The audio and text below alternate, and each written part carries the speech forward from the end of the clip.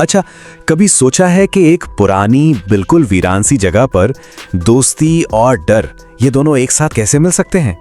आज हम एक ऐसी ही कहानी के रहस्यों को आप कह सकते हैं एक एक करके खोलेंगे। तो चलिए इस भूतिया ट्रेन के सफर पर निकलते हैं। सोचिए, एक साहसी लड़का और एक ऐसा रेलवे स्टेशन जिसे सब भूल चुके हैं।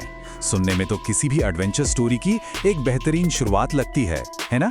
पर तब क्या हो जब उसका सामना किसी इंसान से नहीं बल्कि एक ऐसी आत्मा से हो जाए जो दशकों से वहीं फंसी हुई है।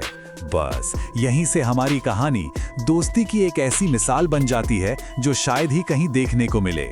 देखिए, ज्यादातर हॉरर कहानियों का हीरो कुछ ऐसा ही होता है ना, बिल्कुल रोहन जैसा, जो खतरों से डरता नहीं बल्कि कह सकते हैं कि उसकी तरफ खिंचा चला जाता है। और उसकी यही आदत, यही क्यूरियोसिटी उसे उस दरवाजे पर ले आती है जहां से ज्यादातर लोग तो बस दूर से ही देखकर लौट जाते हैं। और ये है हमारी कहानी का स्टेज।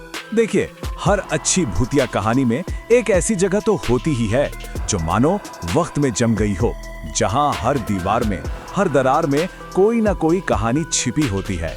ये स्टेशन सिर्फ ईंट पत्थर का एक ढांचा नहीं है, ये तो एक टाइम कैप्सूल जैसा है जो बस अपने राज खुलने का इंतजार कर रहा है।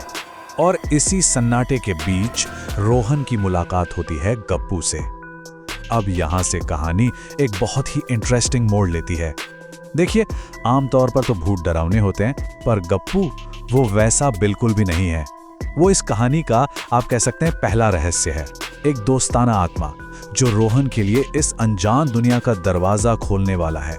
तो चलिए अब कहानी के पहले हिस्से में चलते हैं। यहाँ सिर्फ एक लड़के और एक भूत की मुलाकात नहीं हो रही है, बल्कि एक भुला दिए गए स्टेशन के राज भी धीरे धीरे सामने आने वाले हैं। रोहन का ये जो वाह है ना, ये सिर्फ एक पुरानी बिल्डिंग को देखकर नहीं निकला है। ये उस एहसास के लिए है कि वो किसी ऐसी जगह पर खड़ा है जहां मानो वक्त ही ठहर गया हो। और ऐसी ही जगहों पर तो अतीत और वर्तमान के बीच की जो लाइन होती है वो धुंधली पड़ जाती है।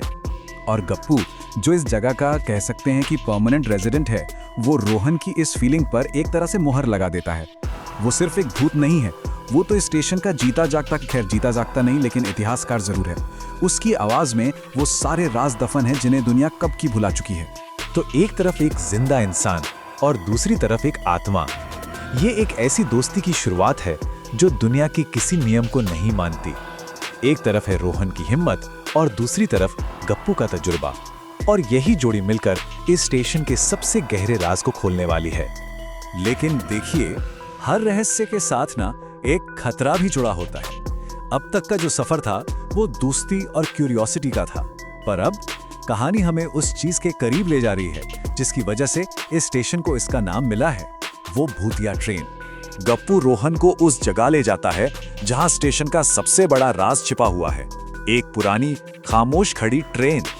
पर जैसे ही वो दोनों पास पहुंचते हैं, मानो हवा ही बदल जाती है। एक और आत्मा सामने आती है, लेकिन ये गप्पू की तरह दोस्त नहीं है, बल्कि इस ट्रेन की गार्डियन है, इसकी पहरेदार है। इस आत्मा की आवाज में ना वो दोस्ती वाली बात नहीं है, बल्कि एक ठंडी सी वार्निंग है। और एक बात पर ध्यान दीजिए, वो रोहन को नाम से जानती है। इसका मतलब क्या हुआ? इसका मतलब है कि वो उसके आने का इंतजार कर रही थी और वो यहाँ उसका वेलकम करने के लिए तो बिल्कुल नहीं है। वार्निंग बिल्कुल साफ है, यहाँ से चले जाओ। तो अब सवाल ये नहीं है कि ट्रेन में भूत है, सवाल ये है कि उस ट्रेन में आखिर ऐसा क्या है जिसे बचाने के लिए एक आत्मा पहरा दे रही है। खतरा ट्रेन से नहीं है, खतरा है उसके अंदर छुपे राज से। और बस यही चेतावनी हमें कहानी के बिल्कुल सेंटर पॉइंट तक ले जाती है। ये ट्रेन खतरनाक क्यों है? क्योंकि ये सिर्फ लोहे का ढांचा नहीं है, बल्कि एक शाही कब्र है। इसके अंदर एक राजा की आत्मा कैद है। तो अब हम आ गए हैं कहानी के सबसे बड़े सवाल पर। यह कोई मामूली भूतिया ट्रेन नहीं है, इसके पीछे एक पूरा इतिहास है, एक ट्रेजेडी है। तो आखिर इसका असली राज क्या है और उस राज को जानने की कीमत क्या हो सकती है? जवाब जितना सीधा है उतना ही हैरान कर देने वाला है। ये कोई मालगाड़ी या पैसेंजर ट्रेन नहीं थी, ये एक राजा की शाही ट्रेन थी। इस एक बात से इस जगह का पूरा इतिहास ही बदल जाता है। और ये रही वो ट्रेजेडी, एक ऐसा राजा जो अच्छा था, न्याय करता था, लेकिन उसे अपने ही लोगों ने धोखा दिया। एक ऐसी मौत जो सरासर अन्याय थी, और जब न्याय अधूरा रह जाता है ना, तो आत्मा को मुक्ति नहीं मिलती। इसीलिए सालों से राजा की आत्मा इसी ट्रेन में भटक रही है, बस न्याय के इंतजार में। और जैसे ही ये राज सामने आता है, रोहन का जो एडवेंचर था वो एक मिशन में बदल जाता है। अब ये सिर्फ क्यूरियोसिटी की बात नहीं रही, ये एक जिम्मेदारी बन गई है, एक फंसी हुई आत्मा को आजाद कराने का मिशन। अब गप्पू रोहन को समझाता है कि उसका यहाँ आना कोई इत्तेफाक नहीं था, ये शायद किस्मत थी।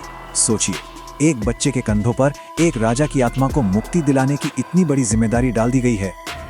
और यहीं पर हमें रोहन की असली हिम्मत देखने को मिलती है। बिना एक पल सोचे, बिना हिचकिचाए वो जवाब देता है, मैं तैयार हूं। ये जानते हुए भी कि खतरा कितना बड़ा है, वो पीछे नहीं हटता। यही तो होती है सच्ची बहादुरी। और बस इसी पक्के इरादे के साथ वो दोनों दोस्त उस ट्रेन में कदम रखते हैं जो अब तक एक डरावना रहस्य बनी हुई थी। अब ये ट्रेन उनकी मंजिल है।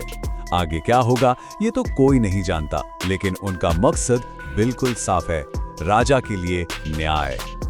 और अब हम आ गए हैं कहानी के उस आखिरी पड़ाव पर जहां सब कुछ दांव पर लगा है। यहां रोहन की हिम्मत का फाइनल टेस्ट होगा, और सदियों से जो न्याय अधूरा पड़ा है उसे उसकी मंजिल मिलेगी। ट्रेन आखिरकार रुकती है, लेकिन किसी जाने पहचाने स्टेशन पर नहीं, बल्कि समय और जगह से परे एक अजीब सी जगह पर। और वहां रोहन का सामना होता है खुद राजा की आत्मा से। लेकिन डरने की बजाय रोहन हिम्मत से उन्हें बताता है कि उनकी कहानी अब अधूरी नहीं रहेगी। हत्या का राज खुल चुका है और अब न्याय का समय आ गया है। और रोहन के सच बताते ही राजा की आत्मा पर पड़ी वो सारी जंजीरें टूट जाती हैं। उन्हें आखिरकार मुक्ति मिल जाती है, और इसी के साथ न्याय की जीत होती है। इस अनोखे सफर के आखिर में रोहन और गप्पू एक दूसरे को भावुक विदाई देते हैं। सोचिए, एक इंसान और एक भूत की दोस्ती ने इतिहास बदल दिया, और रोहन की बहादुरी की ये कहानी उस स्टेशन की दीवारों में हमेशा के लिए गूंजती रहेगी। तो आखिर में ये कहानी हमें एक सवाल के साथ छोड़ जाती है, जो रोहन के पूरे सफर का निचोड़ है, कि बहादुरी का असली मतलब क्या है। क्या ये डर का ना होना है, या फिर जैसा रोहन ने हमें दिखाया, डर के बावजूद सही काम के लिए खड़े होने की हिम्मत है? इसका जवाब शायद हम सबके अंदर ही कहीं छुपा है।